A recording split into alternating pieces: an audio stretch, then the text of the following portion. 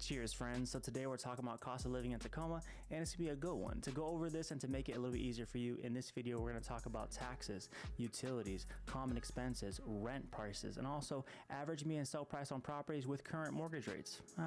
Looks like it might be very important for you to pay attention. My name is George Rodriguez with eXp Realty, and allow me a few moments today to be a realtor.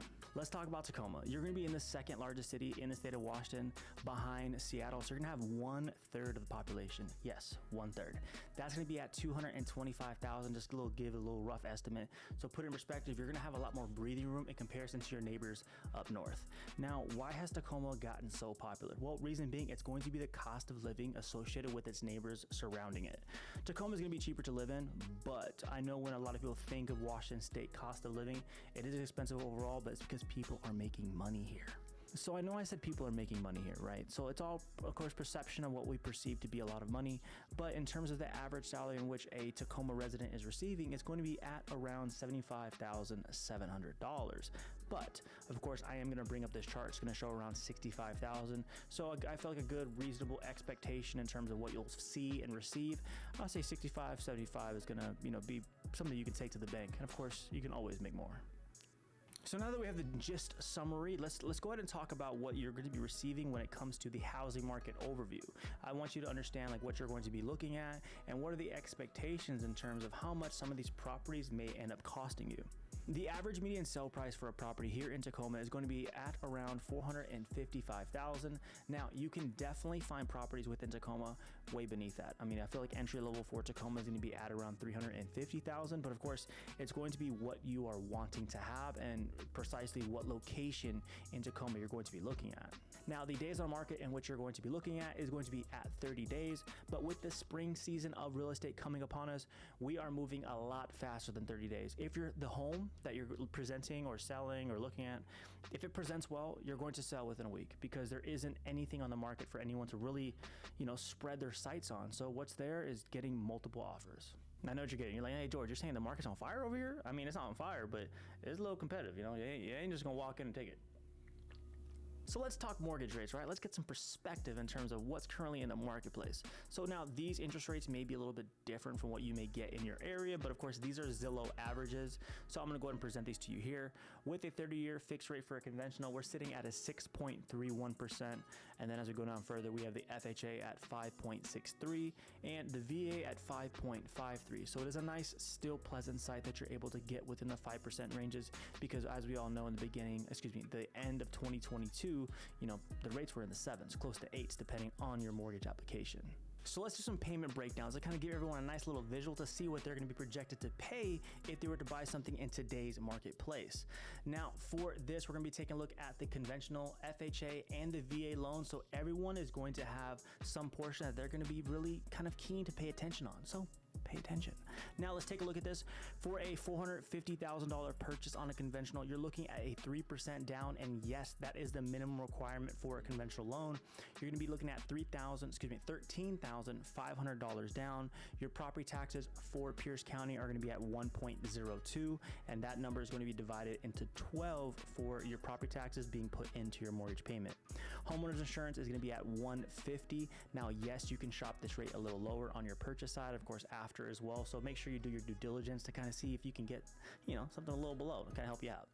Now, for a PMI, that's going to be private mortgage insurance. That is going to be the insurance that the lender takes out on you because you do not own 20% loan to value on that property.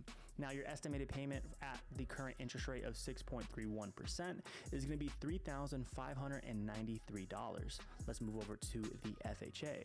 For FHA, you're going to be looking at a 3.5% down, which is their minimum, and the property taxes, they'll stay the same. Homeowner insurance will keep the same. Now with this, you're going to be paying PMI as well, so I'll go ahead and tack that on. With the 5.63% interest rate, you're looking at a payment at $3,388. Now, for my fellow veterans and brothers and sisters, let's go to the VA loan. With the VA loan, you're going to have to do nothing down. little benefit to you for serving your country. Now with that 0% down, let's go ahead and jump all the way down. No PMI.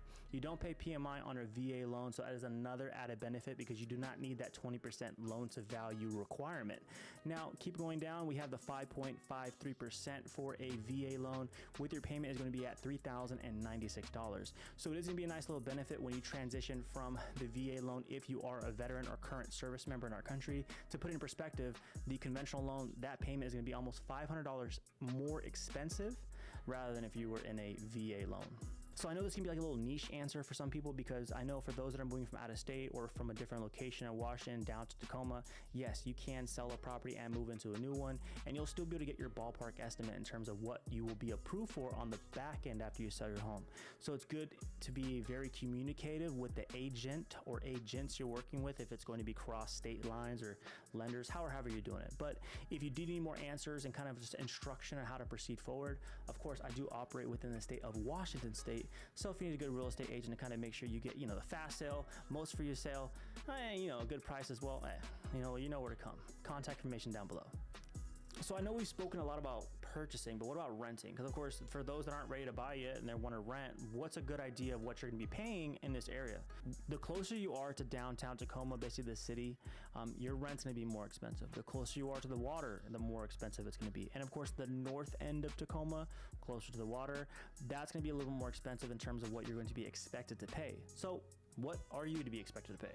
Well, these are the averages in terms of what I found on rent.com. So if you want to do your own due diligence, feel free. But in terms of ballpark, this is what you're going to be expected to pay. For a studio, you're going to be looking at $1,485. I do believe that's going to be, a little bit high, but you can find something cheaper.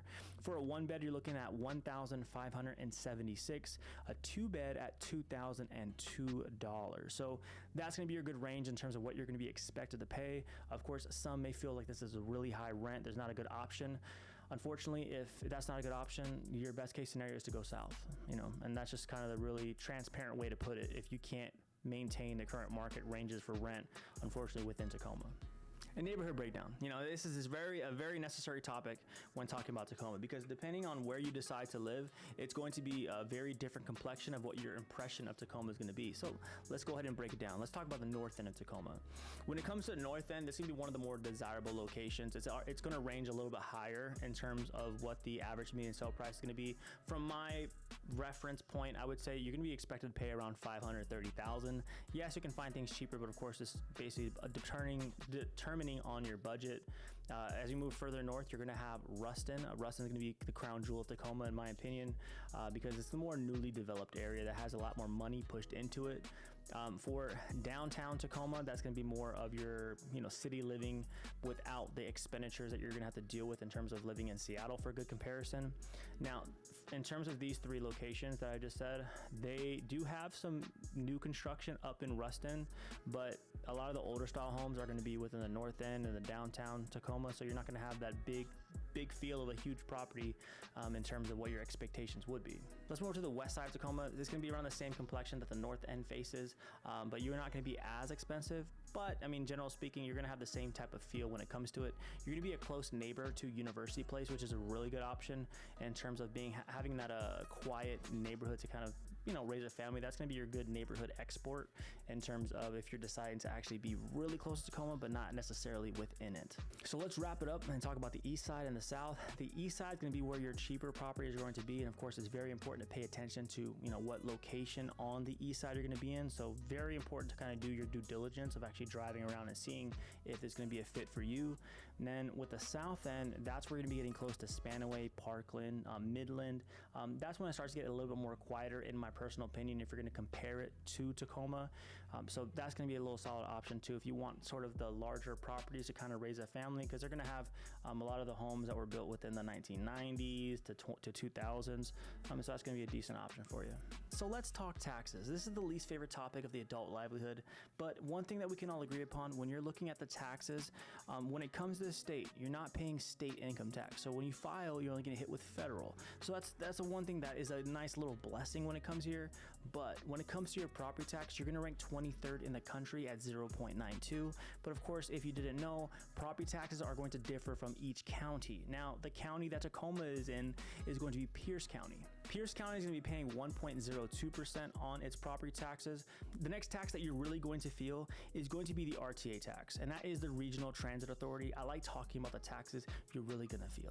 But the RTA tax is going to be what you're paying for the light rail system to get built in Redmond down to Tacoma. Of course, that build project's going to go, they say 2036, but I mean, it's going to be like 2040s before we see that done.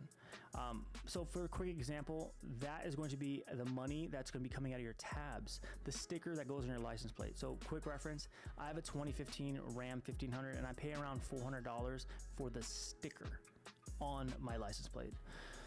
Dope. So the next one is going to be your spirits in terms of tequila, in terms of liquor. So your liquor tax, it's around 20.5%, and that's on top of sales tax. So if you're trying to get that Henny or whatever you're trying to throw it back, some vodka, whiskey, it's going to be a good hit. So to put it in perspective, we pay around 10% sales tax, plus minus, but overall it's an additional 30.5% when you add both of those together. They're hidden.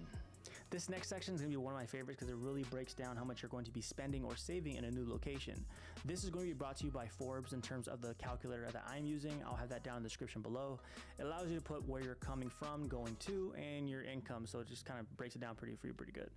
So we're going to be looking at Seattle to Tacoma, and the cost of living is going to be 22% lower in Tacoma in comparison. Now let's go down the housing cost. It's going to be at 35% lower. Now these prices are kind of definitely way above the average, probably from 2022, but your housing cost is going to be at 58% cheaper. And then let's go to rent. Your apartment rent is going to be at $3,031 to $2,140, 41% cheaper. Total energy is going to be at 14.32. Now, in terms of energy, this is a decent ballpark, but to kind of put it in perspective, I pay like around 180, but when it comes to utilities as a whole, a 280 on a monthly scale for all of your utilities, maybe 300 is a good idea of what you're going to be spending. Now it says here your phone bill is at 2.39, but honestly that's going to be on you in terms of what you pay with your current provider. Transportation is going to be 5% cheaper in terms of gasoline. Right now it says 4.34, but at the time of this recording, some locations, if you use a good finder for your gas, it's around $3.99. Diesel is at like $4.50, $4.60. Now for healthcare, this one's when a lot of people are going to want to pay attention to.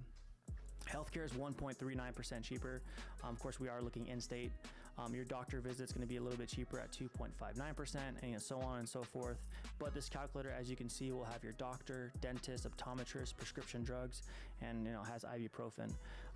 Now, when you're looking, a little caveat for healthcare, each state is going to be different in terms of what they're taxing for healthcare, in terms of if they're putting more money into the system to make it cheaper for its residents. But that's going to be more state-bound. Let's go a little further down. Miscellaneous goods and services, it's going to be 10% cheaper in Tacoma. Whole milk is going to be more expensive in Tacoma, I guess.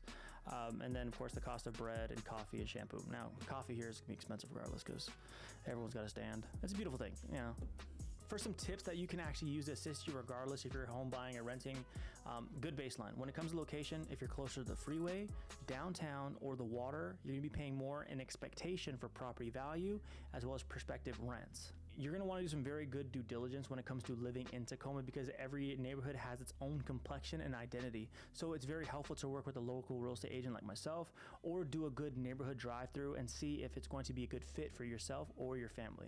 In this video, we went over a ton of topics to assist you in terms of cost of living in Tacoma, such as rent, average median sale prices, mortgage interest rates, payment breakdowns, taxes, medical expenses. So if you found any of this information at all helpful, do not forget to like and subscribe, leave a comment down below, and as always, you take care.